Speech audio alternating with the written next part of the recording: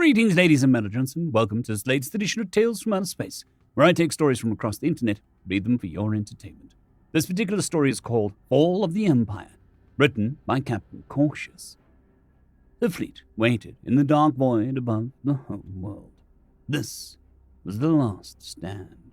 There was nowhere left to run. All our kind were in the ships in space, or huddled around the broadcasting stations below in the planet. Our empire once numbered hundreds of worlds. Now, there was only one. All the others were desolate wastelands. Some burned in eternal fire. Others were reduced to sifting grey spheres, no solid surface, and death to touch. One was now covered in swirling clouds, rotating so fast they would take apart an entering craft in seconds. Asteroid fields had replaced others, while black holes had appeared and swallowed up still more. Every defense had failed against their attackers. The attackers. Not so long ago, they had been a nameless race, yet another to be conquered by the Empire, slaves to be trained and taught respect. They held less than a dozen worlds in their grasp. Following standard procedure, we laid the home world to waste to take the fight out of them. Then, the unthinkable happened. They abandoned their colonies and ambushed us around the smoking ruins of their home, decimating the fleet. At first we thought years of easy victories had made us soft. Then one of our worlds fell silent. We found it burning. Great fires swept bare the soil, the very air on fire across the planet. A single survivor was found floating in a capsule above the ruined world.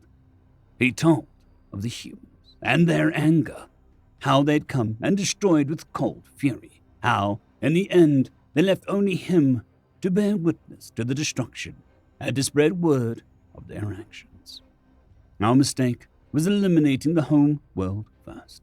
This race sends its strong out first to colonize, the brave, the brilliant, the crazed, those with nothing to lose and impossibly strong worlds.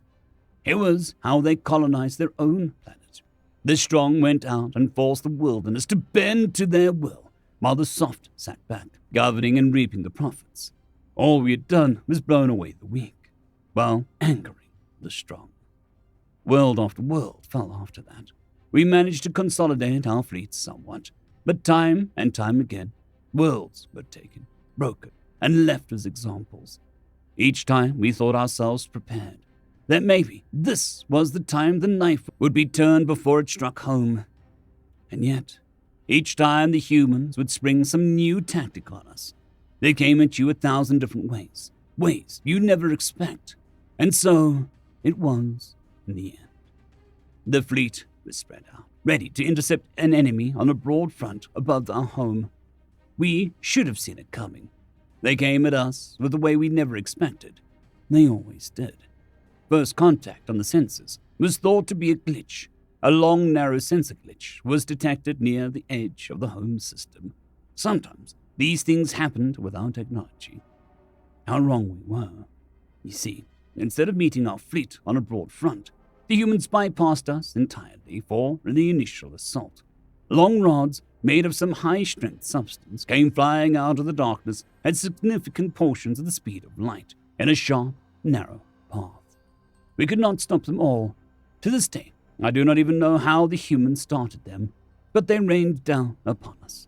We stopped a few, of course. Some commanders placed themselves in the path of the coming storm, and were successful in stopping 1 or 2 rods.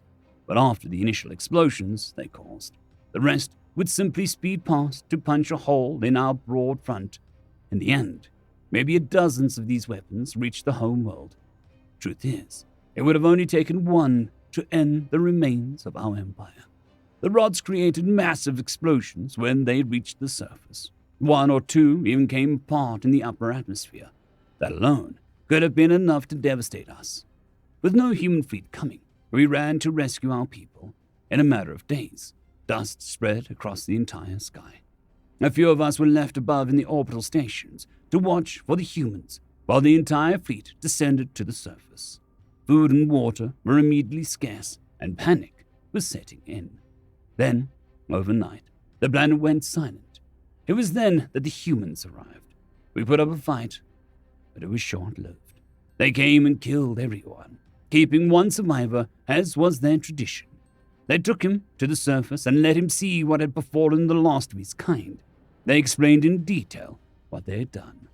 The dust from the weapons contained tiny robots, spreading across the atmosphere. They had collected the raw materials and multiplied. After a given time, they performed a certain function. It was this beautiful horror that greeted the survivor. Every surface on the planet was coated in a thin layer of diamond, clear as water. It had frozen the panicked remains of his kind in a beautifully horrific moment. Plants were frozen in a wind that no longer blew. Crowds stood silent in lines for food that would never decay. Everywhere you looked, you were greeted with a glittering tomb, a monument to the wrath of the humans. And they let me live to pass on a warning of them. The same robots that killed my fellows now keep me alive, so that I can spread a warning. Do not attack the humans. Their anger is quick to flare and slow to cool. And if you're lucky, you will not survive it. End of story. Story number 2. Will You Be My Neighbor? Written by Battlebardlock. Today was the day that our understanding of the universe changed forever. The planet froze as every sentient soul was glued to their monitors. This was the single most important announcement in our planet's minuscule history. A middle-aged naval captain approached the stage wearing his dress uniform decorated with medals from wars past. Behind him was a simple backdrop of a planetary flag flanked by flags of every nation. He cleared his throat, and the crowd settled in anticipation. A few eons ago, in the primordial stew sloshing around our planet, certain trace elements bonded and created the first example of life as we know it. In the grand scheme of existence, life has only existed for a fraction of that total time. Just as our ancestors migrated out of the stew and evolved into new and beautiful forms of life, we now stand at the precipice of our next step in the grand plan of evolution. The captain adjusted his uniform, tugging it firmly from the bottom. It was only 5 years ago that we tested the fastest spacefaring vessels our planet had ever seen. Through the hard work and dedication of every nation, every scientist, every engineer, and every person on this planet, we defied the laws of physics. We did not simply move as fast as light itself. We left light in our wake. After conquering the land, sea, and air, we set our sights on the next target, the universe. Today marks the anniversary of the greatest technological achievement our people have ever seen. Cheers and whistles erupted from the crowd. The captain could not hold his military bearing, allowing the joy to seep ever so slightly into his face. What was not revealed about that first step was what we found at the edge of our own planetary system. After exiting the first jump, something was waiting for us. It was a technological marvel that dwarfed anything we have achieved thus far. A simple beacon. When we came into its immediate proximity, it activated a hologram. A simple message was delivered in every native tongue from our planet. Welcome to the universe. We will see you in 5 years. Today, we have had our first contact with life derived from places formerly reserved for science fiction. As the captain of the Wayfarer, the first FTL ship, I have been given the honor of introducing the first alien being to the people. Ambassador, you may approach the lectern. A small, beige bipedal creature stepped onto the stage. His appearance, albeit unthreatening, was quite unnerving. His head was topped with grey fur, and he had eyes that were welcoming and warm.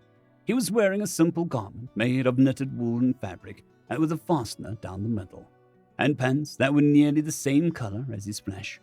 The creature approached the center stage and wiggled his upper appendages in the air.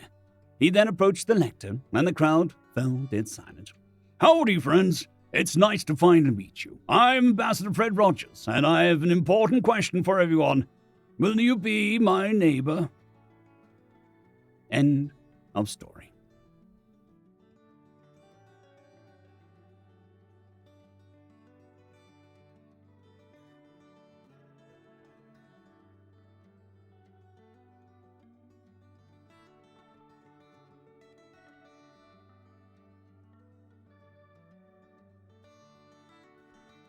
I'd quickly like to thank the T5 peeps: Cold War Boomerwaffen, Severin Cerberus, Bushmaster 177, Henry the Red, Caspar Arnholtz, Cold War Boomerwaffen, Elijah Silvercross, Dragzoon WRE, and Severin Cerberus. Thank you very much.